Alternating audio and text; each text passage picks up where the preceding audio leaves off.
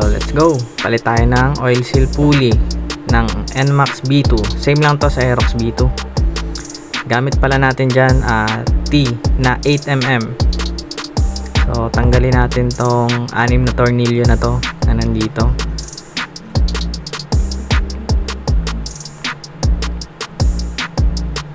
Yan. Tapos pag nagtatanggal kayo ng tornilyo ng oil seal pulley, ang cover nya, meron dyan laging mahaba. So tulad yan, binabaklas ko ngayon, mahaba yan. Ibubukod nyo yan kasama nitong isa. So bakit natin bubukod? Para pag ibabalik natin, alam natin kung saan, hindi tayo magkamali. Kasi pagka nailagay natin siya doon sa maliit, tapos gumamit tayo ng mga impact, may possibility na mabutas natin yung crankcase. So sa mga nagtatanong bakit nga ba mabilis sumingaw yung oil seal ng Aerox mga NMAX ngayon, dahilan lang yan, minsan kasi ang bilis natin mag change oil, may natitira pa sa loob, kaya tapos maglalagay tayo ng 900, 950, tapos meron pa sa loob, so sobra, kaya mangyayari yung pinakamalambot na part, lalabas siya, yun yung oil seal. So yan, sinisikwat ko na siya. Sikwatin nyo lang siya, dahan-dahan. Malambot lang naman yan, matigas lang sa una kasi may dowel.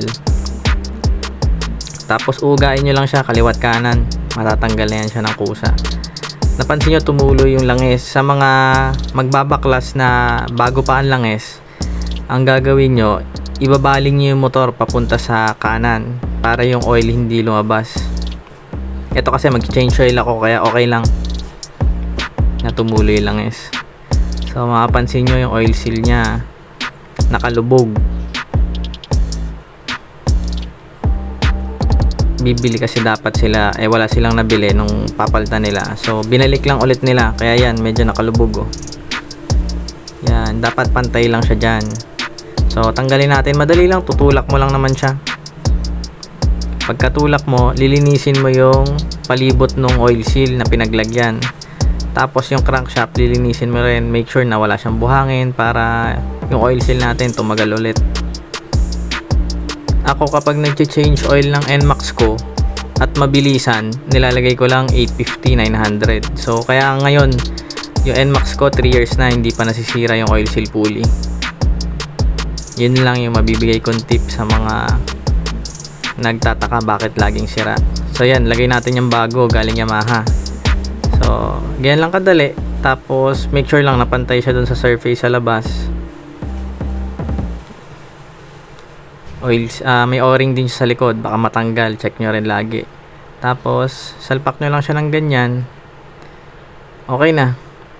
Tapos check nyo yung oil seal kung nakalapat siya kung nakayakap siya sa crankshaft.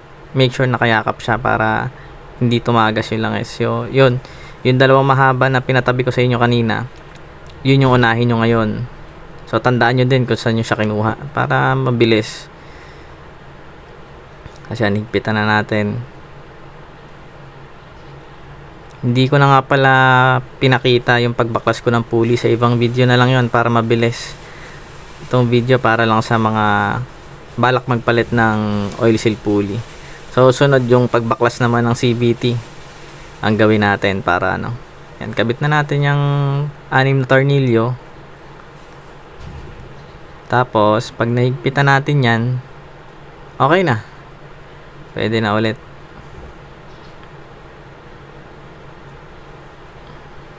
Ito kasi isi-CVT cleaning ko pa to, kaya inuna ko muna yung oil seal. Kasi pag inuna ko yung CVT cleaning, tapos binaklas ko to, tutulo yung langis. So linis na naman ako, kaya inuna ko muna siya palitan. Medyo nag-blurred yung video, hindi siguro nakafocus. Nawala yung focus niya sa gitna. So yun, okay na. Thank you guys.